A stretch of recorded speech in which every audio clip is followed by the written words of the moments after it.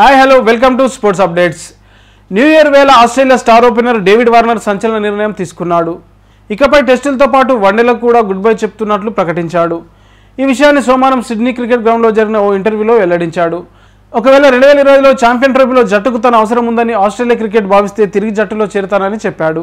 టెస్టులతో పాటు one day cricket కూడా retired అవ్వాలని నిర్ణయించాను. భారత్పై వన్డే ప్రపంచ కప్ గెలిచిన తరుణమే రిటైర్డ్ కావడానికి సరైన సమయమని భావించాను. ఇదే నా కెరీర్లో అతిపెద్ద విజయం. టెస్టులు వన్డేలు ఫార్మాట్ల నుంచి తప్పుకోవడం వల్ల ఫ్రాంచైజీ క్రికెట్కు ఆడేందుకు ఎక్కువ సమయం లభిస్తుంది. కొత్త వారికి అవకాశం ఇవ్వాలని ఈ నిర్ణయం తీసుకున్నట్లు వార్నర్ తెలిపాడు. 2 ఛాంపియన్ ట్రోఫీ ఉందన్న సంగతి తనకు కూడా తెలుసన్న వార్నర్. ఛాంపియన్ ట్రోఫీ కోసం జట్టుకు తన అవసరం ఖచ్చితంగా ఉంటే తిరిగి వస్తానని వార్నర్ తెలిపాడు.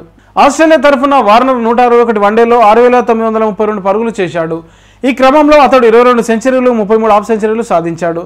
తన వన్డే కెరీర్లో 2 ప్రపంచ కప్పులు గెలిచిన జట్లలో ఉన్న వార్నర్ వన్డే ప్రపంచ కప్ 2023 ఆస్ట్రేలియా సొంతం చేసుకోవడంలో కీలక పాత్ర పోషించాడు. ఈ టోర్నీలో 528 పరుగులు చేసిన డేవిడ్ భాయ్ ఆస్ట్రేలియా తరఫున అత్యధిక పరుగులు చేసిన ఆటగాడిగా నిలిచాడు.